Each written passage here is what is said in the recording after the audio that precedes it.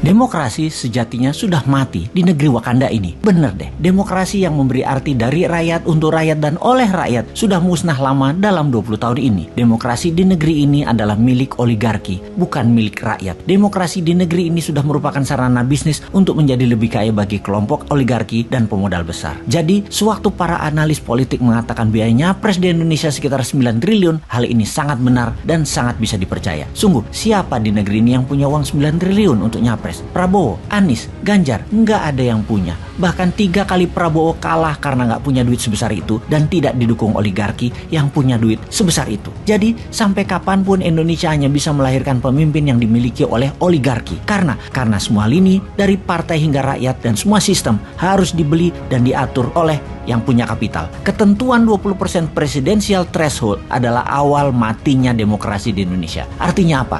Untuk mencapai ketentuan 20% saja harus merangkul partai lain, dan untuk merangkul ini tidak cuma-cuma, harus bayar mahar. Setelah dapat threshold 20%, apakah sudah cukup? Ya hanya cukup untuk mendaftar ke KPU saja. Perjalanan masih panjang fulus keluar setelah mendaftar dari KPU tersebut. Kita hitung berapa biaya itu. Bervariasi di partai kelas menengah dan atas, paling murah 1 triliun. Di kelas menengah partai minta antara 400 sampai 500 miliar. Plus ada tambahan beberapa kursi kementerian dan jabatan berpotensi menghasil cuan lain yang mereka minta. Bisa dibayangkan dari mana calon capres untuk bisa membiayai mahar partai kalau tidak mencari pemodal. Di sini Indonesia akan selamanya dikungkung oleh oligarki jika ketentuan presidensial threshold tidak 0%.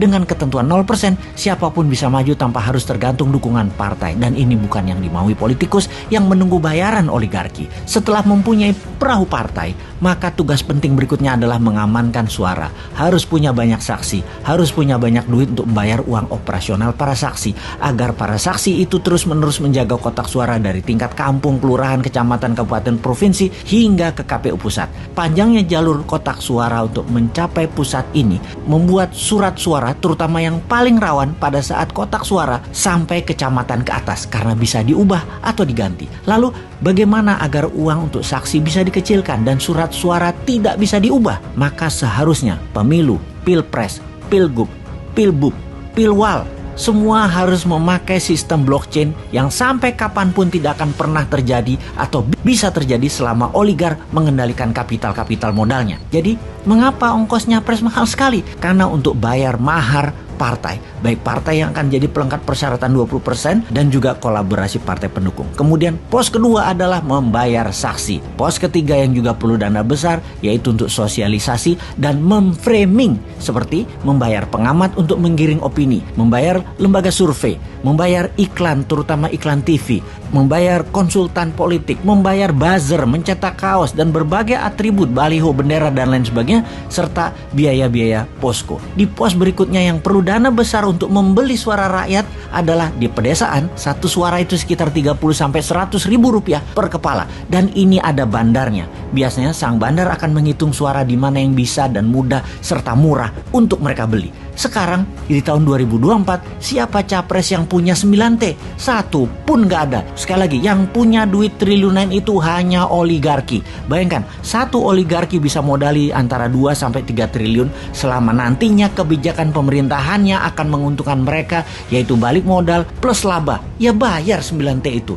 Bagi oligarki, biaya capres yang hanya 9 triliun itu kecil.